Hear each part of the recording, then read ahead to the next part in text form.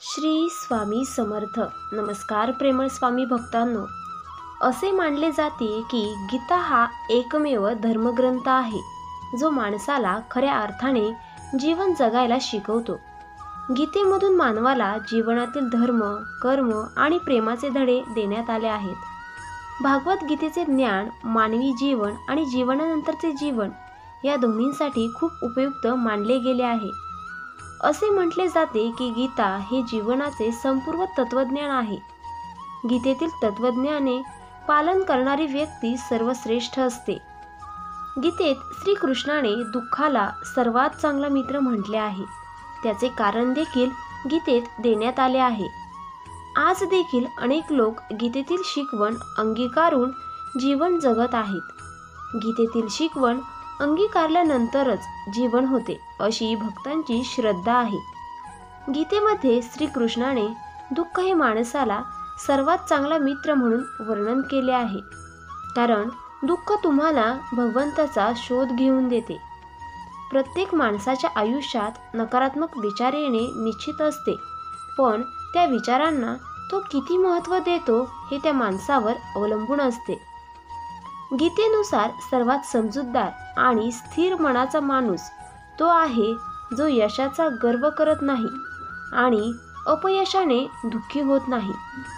श्रीकृष्ण म्हणतात की फक्त भित्रे आणि दुर्बल लोकच गोष्टी नशिबावर सोडतात, पण जे बलवान आणि आत्मविश्वासी असतात ते कधीही नशिबावर अवलंबून नसतात. गीतेनुसार केवळ दिखावा करण्यासाठी चांगले होऊ नका, कारण देव तुम्हाला बाहेरून आणि आतूनही ओळखतो. कोणाच्या सोबत चालल्याने आनंद मिळतो ना ध्येय. म्हणूनच माणसाने नेहमी आपल्या कर्मावर विश्वास ठेवून एकटे चालले पाहिजे.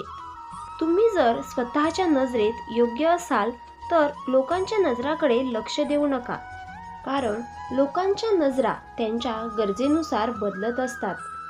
जर का आपण बघितलेली स्वप्न पूर्ण होत नसतील तर आपण आपल्या कामाची पद्धत बदलावी. आपले तत्व नाही, कारण झाडे हे नेहमी आपली पानं बदलतात, मुळं नाही. मानवाच्या विनाशाची काही प्रमुख कारणे आहेत. काम, क्रोध, लोभ, निद्रा, भय, आळस. आपण कमावलेले नाव, ऐश्वर्य, धन, प्रतिष्ठा हे सर्व अहंकारामुळे गमावण्याची वेळ येत असते. रागामुळे माणसाची मती भ्रष्ट होते, तो मूर्ख होतो. मूर्ख माणसाच्या बुद्धीचाही काही उपयोग होत नाही. बुद्धीचाही नाश झाल्यानंतर आपोआप मनुष्य स्वतःच्या नाशाला कारणीभूत ठरतो. त्यामुळे केवळ रागाच्या भारात हातातून साऱ्या गोष्टी गमावण्याआधीच रागावर नियंत्रण ठेवायला शिका, म्हणजे विनाश टाळता येईल.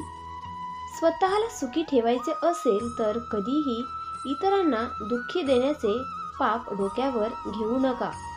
आपल्या अपेक्षा आणि मोह हेच आपल्या दुःखाचे सर्वात मोठे कारण आहे.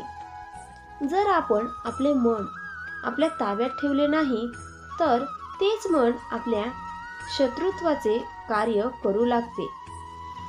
ह्या सृष्टीत जे काही घडते ते आपल्या चांगल्यासाठीच घडत असते. हे ज्याला समजले तो कधीही नशिबाला दोष आणि देवाकडे तक्रार करत बसत नाही. मित्रांनो, स्वामींचा हा संदेश तुमच्यापर्यंत नक्कीच पोहोचला असेल. व्हिडिओ आवडल्यास स्वामींसाठी व्हिडिओला एक लाईक करा आणि असेच व्हिडिओ पाहण्यासाठी आपल्या चॅनेलला सबस्क्राईब करा. श्री स्वामी समर्थ.